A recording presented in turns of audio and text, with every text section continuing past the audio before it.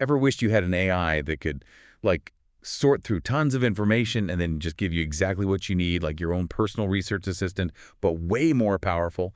Well, that might be closer than we think. Yeah. We're diving into advanced RAG techniques. They're what make AI more than just a data processor. Yeah, it's like moving from a simple search to something that gets context, connections, the nuances of what you're really looking for. That's a great way to put it. So no more being flooded with useless results or putting together info from a ton of places. Instead, it's like having AI that acts like a real researcher, zeroing in on the absolute best knowledge and then explaining it in a way that just clicks, right? Exactly. That's the goal. So how do we get there? Well, the first thing these experts focused on was how important pre-retrieval techniques are. Pre-retrieve. Yeah, they use the analogy of like cleaning up a messy room before starting a project. You have to prep your data. Makes sense. Even the smartest AI can't work miracles on a jumbled mess. Right. It's about setting the AI up for success.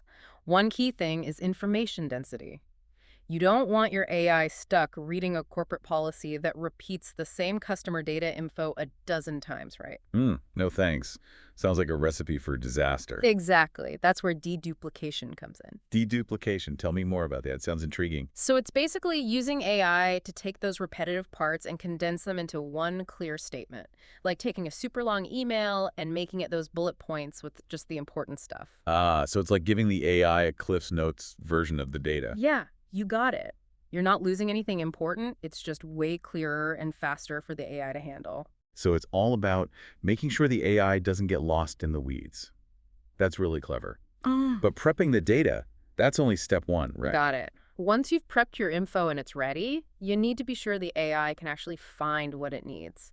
That's where retrieval techniques come in. Trust me, some of these are really clever. Okay, color me intrigued. What are some of the techniques that stood out to you? One that caught my eye immediately was hypothetical question indexing. Instead of those basic keyword searches, this lets the AI look at information from a totally different perspective. Hypothetical question indexing. You're going to have to break that down for me. I mean, it sounds interesting, but I'm not sure I follow. Okay, so imagine the AI brainstorming every single question a user might have about a piece of information. Then it uses all those questions as a way to index that info, making it much richer and more intuitive to navigate. Wow. So it's like the AI is thinking ahead, like it's anticipating what I might want to know before I even ask. It's like those related searches, but on a whole other level. Exactly. That's a great way to put it. Yeah, and the benefits are big. Instead of just matching words, it understands what you mean, what you're really after. That leads to much more accurate results. That sounds like a game changer, especially for research. Absolutely, and this is just one of many. These experts are looking at even more sophisticated techniques that are really pushing the limits of what AI can do. So it's not just about finding any information. It's about prioritizing, making sure the best stuff is right there at the top. How did these re-ranking models work? Well, one example they talk about is Cohere's re-rank. It uses machine learning to reorder everything. It's like the AI double-checking its work, making sure the most relevant and informative pieces are right up front. Exactly. No more digging through pages of results. That is super valuable, especially when you're dealing with huge amounts of data. But what about accuracy? How do we make sure the info isn't just relevant, but also correct? That's where corrective RAG comes in. Think of it as a filter. A filter, okay. It finds and gets rid of any info that's irrelevant, inaccurate, or that might have slipped through the cracks. It's like the AI's own internal editor, making sure everything aligns with your needs and that it's accurate. So it's like having a superpowered research assistant who not only finds what you need, but also fact-checks it for you. Amazing. We've covered finding the right information, making sure it's organized, and then double-checking its accuracy. What's next in our AI adventure?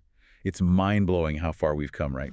From basic searches to AI that can practically read your mind, A&D double-check its own work. It's incredible. But we're not done yet. There's more. Oh, yeah.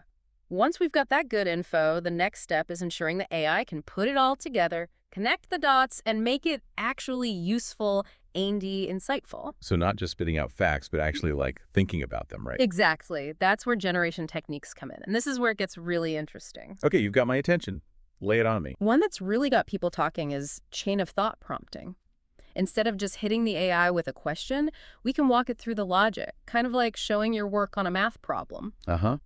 So we're giving it a roadmap, breaking down these complex ideas into smaller steps. Yeah, exactly. It's like those show your work problems back in school. I can definitely see how that would help, especially with these super complex questions. Right. And it not only makes the AI more accurate, but it also helps us understand how it's getting its answers. It's like peeking behind the curtain to see the wizard, but with less fire and more algorithms.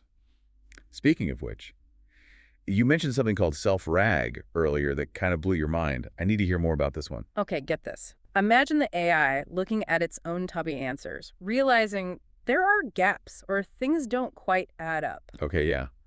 Sounds like me trying to do my taxes. Right.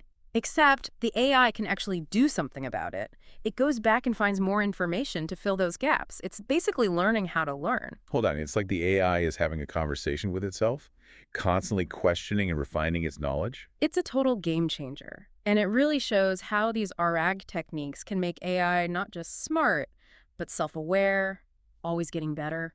This whole deep dive has been eye-opening. But before we wrap up, where does all this lead? What's the future of RAG? That's the million-dollar question. And it brings us to knowledge graphs. Knowledge graphs, right.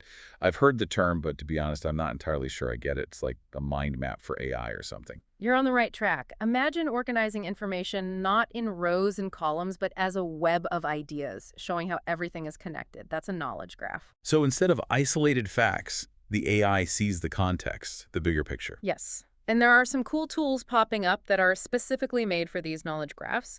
One they mention is FalkorDB. It's built to work seamlessly with these advanced RAG techniques, setting the stage for some truly smart information retrieval and generation. FalkorDB, huh? It sounds like the glue that holds all of this amazing potential together. This has been an incredible journey. We started with prepping our data, and now we're talking about AI that can practically think for itself. It really has been fascinating, hasn't it? And it's such an exciting field to be working in right now. I can't wait to see what comes next. I'm with you there. If you're as blown away by all this as we are, be sure to check out our show notes. We'll have links to all the research and tools we talked about today. And until next time, keep asking those questions and keep exploring.